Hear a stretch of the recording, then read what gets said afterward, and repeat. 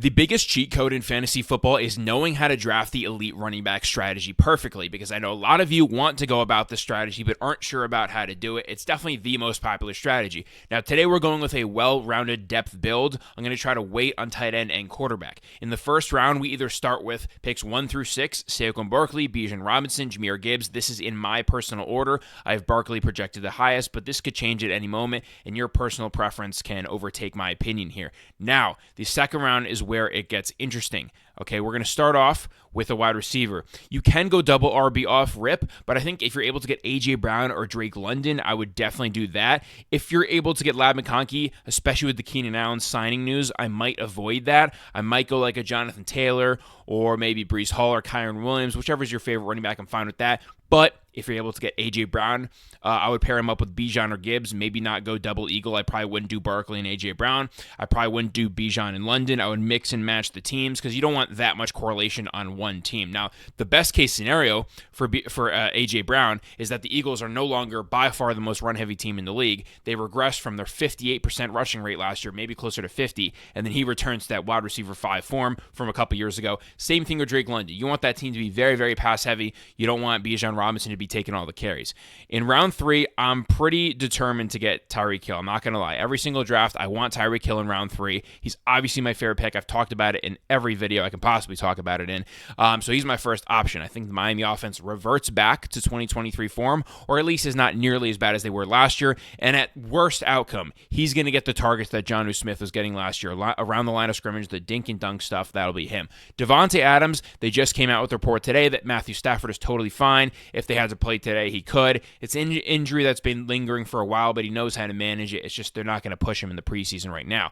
Devontae is someone I could see finishing with 12 to 15 touchdowns, especially if anything happened to Puka Nacua. His range of outcomes is probably more around like 9 to 10 mark, but the upside case, if Puka Nacua misses any time, which he has done every single year, Devontae could see like multiple 15-target games. We saw that happen with Puka Nacua when Cooper Kupp was out, and when Puka was out, Cooper Kupp also got that. Matthew Stafford is not afraid to hammer the wide receiver 1. The third option, I put Garrett Wilson. I'm not too determined here. It could be T. Higgins. It could be JSN. Whoever you want here. Just grab another receiver. Lock in a great wide receiver duo to pair with that elite running back, because in round 4, we are going back to the running back well. Now, I really fell in love with Kenneth Walker over the past couple days. You'll see an in-depth breakdown on my previous video, the one with Devon Achane, the 5 running backs that will break out this year. It's got to be Kenneth Walker for me. He averaged 4.2 receptions per game last year, which was number 3 in the league for guys that qualified with that amount of targets.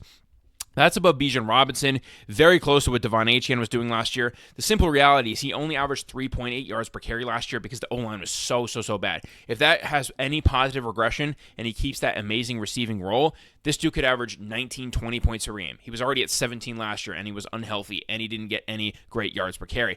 Alvin Kamara, similar thing. He's probably not going to be very efficient. The Saints offense is not going to be great. He should dominate goal line work for what goal line work they do have. And of course, the reason we draft him in full PPR, the dude is going to catch like 70 to 80 balls every year. If you want to go with a rookie, that's totally fine too. I project Kenneth Walker and Alvin Kamara slightly higher than Amari Hampton, just because he probably will have to split the backfield more than either of these guys will.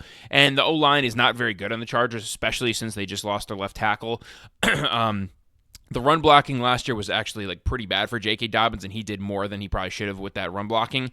Hopefully, Marion Hampton is a great running back. He's had some sketchy vision stuff in the preseason, but it's preseason. He'll be okay. Then in round 5, we triple down here at running back. We want to make sure we have a great wide receiver core, 2 great guys, and then running back, if you're starting 2 and then 1 in the flex, beautiful. We want this amazing running back trio, especially in redraft. In the more casual leagues, you can find wide receiver depth like way down. You'll see in rounds 9, 10. We can get easy, great wide receiver depth. You can't really find that at running back. So that's why I want to go running back again here. James Conner, Trevion Henderson, Chuba Hubbard. Trevion used to be a 6th-round pick. Now he's definitely moving up after the preseason game, but if you were listening to me for the past couple months, you should be drafting him in the 7th, 8th round. Now he's moved way up, so it's impossible, but I'm still willing to draft him in the 5th round. He is the next Jahmyr Gibbs, and we were drafting Jahmyr Gibbs at the 3-4 turn his rookie year. Trevion looked just as explosive. James Conner, you know what you're getting. 17 points per game when he's healthy. He's been doing that every single year, basically. He gets all the goal line work, all the receiving work. I have no worries about Trey Benson. He's another guy I talked about in yesterday's video.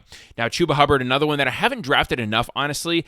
maybe it's a flaw in my game, and honestly, it could be. Like, I don't see that big of a difference between James Conner and Chuba. I just have this like personal preference towards James Conner, but Chuba gets all the pass catching work. He should get all the goal line work. It just scares me that offense, the Panthers' offense, is potentially bad. They should improve from last year, but like James Conner's offense will be top 8. Vegas has them as a top 8 projected point total team, whereas the Panthers are nowhere near that. Patriots are in between. They're supposed to win 8.5 games this year, but Travion has like much more pass catching upside than either of these guys, and he's more explosive. So he doesn't need as many touches. Now, the 6th round, we're going back to wide receiver here. And this is where we take some high upside rookies, especially in your redraft leagues. These guys will be available. People are especially scared of Travis Hunter in the casual leagues. If you're in a more competitive league, these guys, Travis will be in the 5th round. Tet, sometimes an underdog, goes in the 4th round. But you can get them. Tet's going at pick 79 on ESPN. I mean, that is outrageous. And then Travis is also in the 70s, so very easy there. George Pickens on casual leagues will probably be going the highest in the mid 60s or so. But I love all 3 of these options. I think Travis has a great opportunity to push Brian Thomas Jr. as the wide receiver 1 on his team.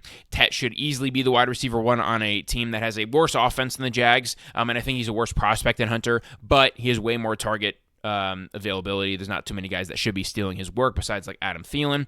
And then George Pickens will be the wide receiver 2. He's pretty much, if you love T. Higgins in the 2nd round, or the 3rd round, you should love George Pickens in the 6th round because it's the same thing. An offense with no defense, so they're going to be throwing the ball a ton, no run game, or very bad run game. That's going to be very inefficient. The Cowboys could throw 650 times. And Jamar Chase, CeeDee Lamb both kind of help the defense not be able to focus in on T. Higgins and George Pickens.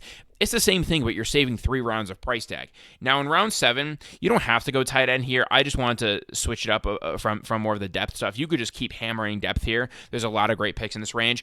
But if TJ Hockenson falls, this one's probably not happening. You're probably not getting TJ in the 7th round. I only get that on underdog where tight ends tend to go later. And in redraft leagues, I see like Kelsey going in the 5th, 6th round, which is outrageous. Don't do that. But TJ Hockenson in the 7th round, if he falls, great pick. Obviously do that. David Njoku, Shedeur looked really great in the preseason. And even if it's Flacco or Shedeur, I'm very comfortable with David Njoku. He was averaging, when healthy last year, 9.9 targets per game. And if you remember the 4-game stretch 2 years ago with Joe Flacco at the end of the year, he was absolutely balling out. He was a top 2 tight end that you could have in fantasy. Reception, merchant, PPR, like this dude's going to go crazy. And I'm not really worried about the tight end they drafted this year. Mark Andrews also, with Isaiah Likely having the foot injury, probably going to miss a couple weeks. Best case scenario is back week 1, but I don't think, similar to how Andrews had an ankle injury last year, his was more severe, obviously. He missed a bunch of time at this beginning of the year in terms of snaps. Like, he wasn't playing full games. And then toward the end of the year, he came on strong. Similar thing with Andrews. I think he'll start off better than he did last year because he's not hurt, and he'll have less competition with Isaiah Likely out. Then in the 8th round, we are going depth. We need some of these great flex plays, Emeka Egbuka, Matthew Golden, and Stephon Diggs. Any of these guys, totally fine. I've mentioned all of them before in videos. I think Stephon Diggs could be the wide receiver 1 for the Patriots, but I love Kylen Williams as well. I'm drafting both of them. Golden should definitely be the wide receiver 1 for the Packers. By the time August is over and we're like fully done drafting, he might be going like the 6-7 turn. Like, this dude clearly is a great pick here, and it's like this year's Brian Thomas. And Emeka Egbuka, with Chris Godwin's ankle injury, I don't think he'll be the same for week 1. I don't think he'll be ready for week 1. Egbuka has been getting all the praise in the world from Baker Mayfield. I'm totally willing to draft him there. And in the 9th round, a lot of these guys are actually going in the 9th round. I pretty much put them again. We're just getting depth here. So whichever round, if you get Egbuka in the 8th, Golden in the 9th, you're chilling. Golden in the 8th, Egbuka in the 9th. Like, Egbuka's going at pick 120 right now. That's his ADP. That is diabolical. So you can get either of these guys easily. And then Travis Etienne, if you prefer a running back in this range, I gave you there. And then our final guys to wrap it up are going to be quarterbacks. And pretty much pick whoever fits your team. If you have George Pickens, go Dak Prescott. If you have Stephon Diggs, go Drake May. If you have DJ Moore, go Caleb Williams. You guys know the drill. Get your stacks, whichever is your favorite quarterback. I like Drake May because there's rushing upside. But yeah, if you guys like these videos and want to see more breakdowns of how to draft round 1, leave a like, leave a comment of what players you want me to draft around, and I'll catch you guys in the next one. Peace.